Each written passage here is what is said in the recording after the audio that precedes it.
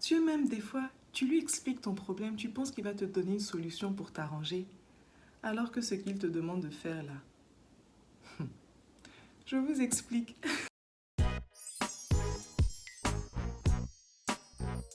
Coucou tout le monde, j'espère que vous allez bien. Alors tout d'abord, j'aimerais vous dire un gros merci à tout le monde pour les commentaires d'encouragement. Merci à toutes les personnes qui se sont abonnées, vraiment ça me va droit au cœur et ça m'encourage énormément. J'espère que vous allez être bénis par le contenu de ma chaîne. Alors aujourd'hui, j'ai un cœur à cœur à vous partager. Une leçon que le Saint-Esprit m'a apprise dernièrement. Et c'est fou comment des fois on a des défauts dont on n'a pas conscience et qu'on ne réalise pas tant que Dieu ne met pas le doigt dessus. Et c'est ce qui m'est arrivé. Alors, il y a quelque temps de cela, au travail, j'ai eu un nouveau patron.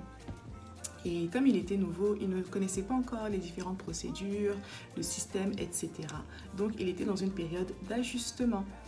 Et justement, durant cette période d'apprentissage, il m'a envoyé un courriel me demandant de faire une tâche.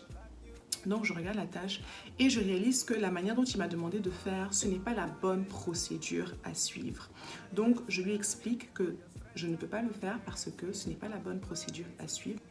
Et il m'envoie un courriel en me disant qu'il ne veut rien savoir et il veut que je fasse ce qu'il m'a demandé de faire. Point. Quand il m'a dit ça, ça m'a fait quelque chose, ça allait me chercher.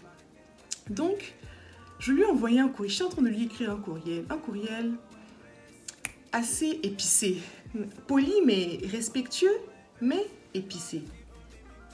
Donc, pendant que je relisais mon courriel, j'ai commencé à entendre une petite voix douce, tranquille. Vous savez comment le Saint-Esprit nous parle, tranquille, qui me dit, tu sais Rania, si tu envoies ce courriel à ton patron, considère que c'est à moi que tu as envoyé ça. Je dis, comment ça? Le Saint-Esprit me dit, oui. Que la manière dont tu as parlé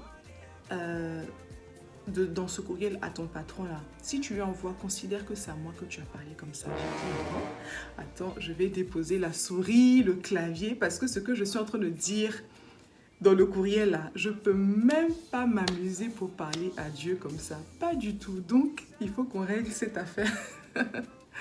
Donc là, j'ai commencé à réfléchir, à parler à Dieu. Non, mais pourquoi? Regarde ce qu'il m'a demandé de faire. C'est pas normal. Donc là, quand j'ai fini de parler, encore une fois, d'une voix douce, tranquille, le Saint-Esprit me dit, tu sais Rania, tu vis seule. En fait, il n'y a pas vraiment de figure d'autorité sur ta vie présentement. Donc si je ne t'apprends pas la soumission maintenant, à quel moment est-ce que tu vas l'apprendre? Waouh! Donc là, j'ai réalisé en fait que ce n'était pas une question de est-ce que mon patron a raison ou est-ce qu'il n'a pas raison. C'était une question de moi, Rania, est-ce que je vais être soumise à l'autorité que Dieu a placée dans ma vie ou pas? C'était là l'enjeu. Donc quand j'ai réalisé ça, j'ai dit, ok, d'accord. Ça n'a pas été évident, mais j'ai compris le point que Dieu voulait me faire comprendre. Et puis, de façon réticente, j'ai fait ce que mon patron m'a demandé et bien entendu, je n'ai pas envoyé le courrier. La Bible dit d'être soumise aux autorités parce que c'est Dieu qui les a établies.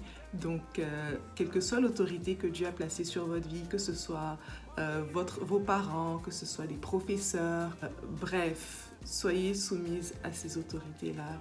C'est vraiment important. Et priez pour ces autorités parce que ce sont vos autorités. Laissez-moi savoir dans les commentaires si vous aviez déjà été confronté à une situation où Dieu vous demandait de faire quelque chose que vous n'aviez pas envie de faire, ou est-ce que vous n'aviez pas conscience d'un défaut et il a mis le doigt là-dessus. Je suis vraiment curieuse de savoir. Et puis voilà, j'espère que ça vous aura béni. Donc c'est tout pour la vidéo d'aujourd'hui. On se dit à la semaine prochaine pour une autre. D'ici là, soyez bénis.